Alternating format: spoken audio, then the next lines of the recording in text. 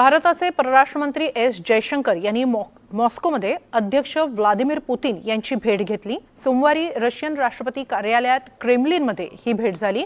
यावेळी रशिया आणि भारतामध्ये दशकांपासून मजबूत संबंध आहेत। दोन्ही देशांमधील व्यापार यंदा वाढल्याची माहिती स्वतः अध्यक्ष पुतिन यांनी दिली आहे। परराष्ट्र मंत्री एस जयशंकर यांनी रशियन अध्यक्ष व्लादिमीर पुतिन यांना भारतात होणाऱ्या ब्रिक्स परिषदेत येण्याचं आमंत्रण दिलंय। जयशंकर रविवारी मॉस्कोला पोहोचले होते। ते रशियाच्या 2 दिवसीय दौऱ्यावर आहेत। रशियन अध्यक्ष व्लादिमीर पुतिन हे 12 आणि 13 सप्टेंबर रोजी नवी दिल्लीत होणाऱ्या ब्रिक्स परिषदेत सहभागी होण्याची अपेक्षा आहे। दरम्यान जयशंकर यांनी सोमवारी मॉस्कोमध्ये रशियाचे उपपंतप्रधान डेनिस मंटरोव यांचीही भेट घेतली। दोन्ही नेत्यांनी भारत रशिया यांच्यातील व्यापार आणि आर्थिक सहकार्य वाढवण्याच्या मार्गावर चर्चा केली। यावेळी दोन्ही देशांमधील भागीदारी वाढवण्यावर देखील चर्चा झाल्याचं समजतंय। दरम्यान पुतिन यांनी काय म्हटलंय ते एकदा पाहूया ग्राफिक्सच्या माध्यमातून।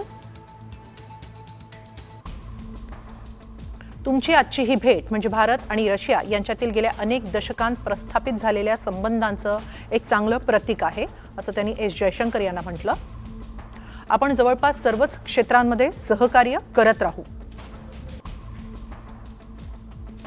यात सरकारी स्तरावरील संबंध, संसदीय संबंध आणि आर्थिक सहकार्याचाही समावेश आहे।